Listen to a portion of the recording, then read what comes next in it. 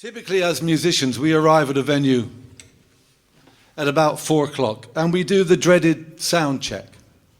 We balance the voices and the instruments. It all sounds wonderful. Normally, this is done from the back of the hall with the sound engineer, listening to us playing, and then you lot arrive and ruin it. You change the way that the sound is reflected in a room, and you change the density of the room. Some of you more than others. And as I'm mixing my own sound from the front here, I'm changing the levels and the balance and the tone. I spend the first 20 minutes playing on my own, making these little tiny subtle changes to compensate for what you've done. So I thought what I'd do tonight is do the 5-minute sound check in front of you. Then I'm going to walk off, the house lights are going to go out, and you're going to applaud me like it's never happened, okay?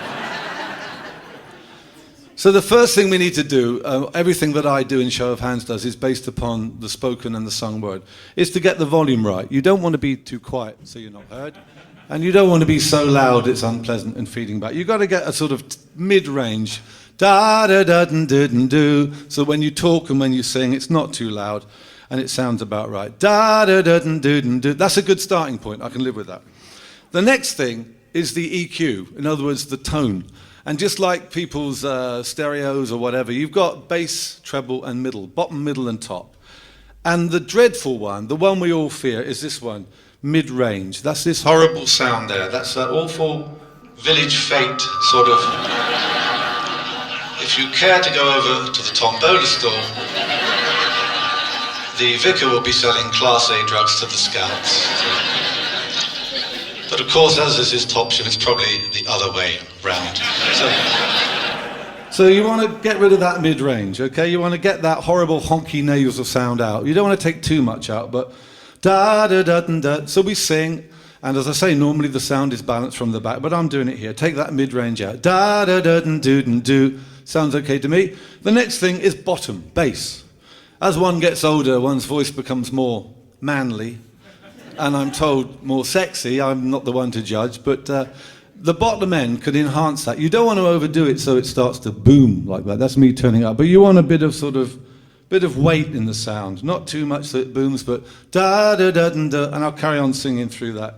Do-do-do-do-do-do-do-do.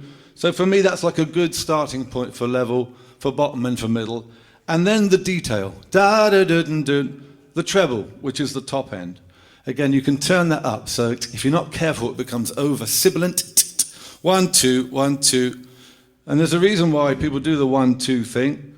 At one time, it was Phil and I counting the numbers in the audience, but hopefully... Then why would you sound check for that? There's a logical conundrum there. So you want detail, because I'm quite pleased with my pronunciation. Da-da-da-dun-2-2-1. But you don't want it to be harsh and trebly. La-da-da-dun-dun-do. I'm just going to take a little bit more out there, put a little bit more bottom on, a little bit more top. Da-dun-da-dun-da. Now, all this depends, by the way, on proximity to these microphones. These are industry standard SM58s. And to my shame, I do see my professional peers singing this far away. Da-dun-da-dun-da-da. It's like we are folk musicians, we're not really using the microphone. Da-da-da.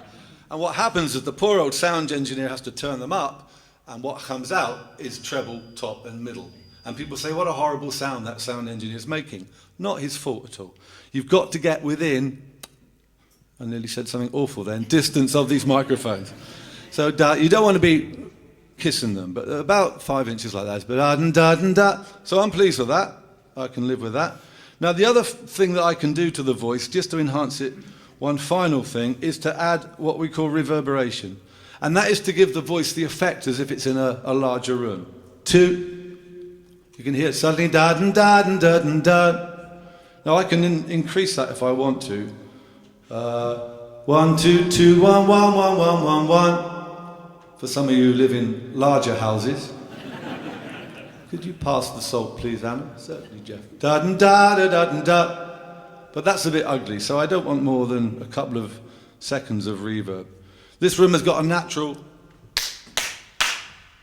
reverberation, so I can use a bit of that. So that's just there as a detail. So now I'm sort of happy with the voice. I'm going to turn that reverb off. La da da da da da do do. Still be a bit harsh on the mid-range. Take a little bit more off, and I'll be making little changes. And then the other thing, of course, I can do the same thing through its own channel to the instrument. I want the volume to be right, not deafening, not too quiet. I want it to be in balance with the voice. And just like the voice, I've got mid-range, ugly, horrible sound. Take that down.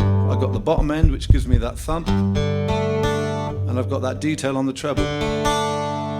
So now I just do, as we do in the sound check, don't need to cry. We always do the same songs every night, just as a reference point. Da-dun-da-dun-da-dun-da. And I can add some reverberation to the instrument. So I pronounce myself happy with that. This is going up on YouTube, by the way, this little clip, just to make other musicians eat their livers out. I'm happy with that. I'm going to go over there. House lights are going to go out, and you're going to give me a round of applause.